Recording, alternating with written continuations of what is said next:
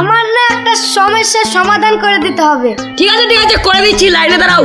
Sir sir আমার না একটু শরীর খারাপ, করে দেন না।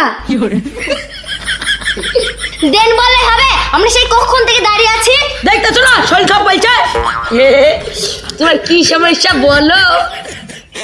স্যার আমার স্বামীর কৃষক বন্ধুটা কেটে আমার নামে করে দেন না।